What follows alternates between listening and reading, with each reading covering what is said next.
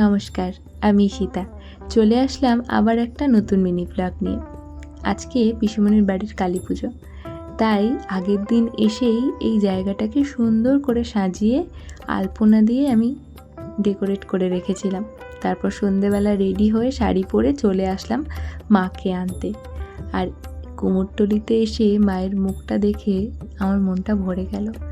এত মিষ্টি লাগছে মায়ের মুখটা। আমরা বাড়ির সকলেই গেছিলাম কুমোরটুলিতে, যেহেতু পিসিমণির বাড়ি থেকে এটা খুব কাছে, তাই হেঁটে হেঁটে সকলেই গেছিলাম। তারপর আস্তে আস্তে মাকে নিয়ে চলে আসলাম বাড়িতে। আর মায়ের জন্য সাজানো যে বেদিটা, সেখানে মাকে বসানো হলো। এই জায়গাটা আগে যতটা না সুন্দর লাগছিল, মাকে বসানোর পর আরও সুন্দর লাগছে এই জায়গাটা।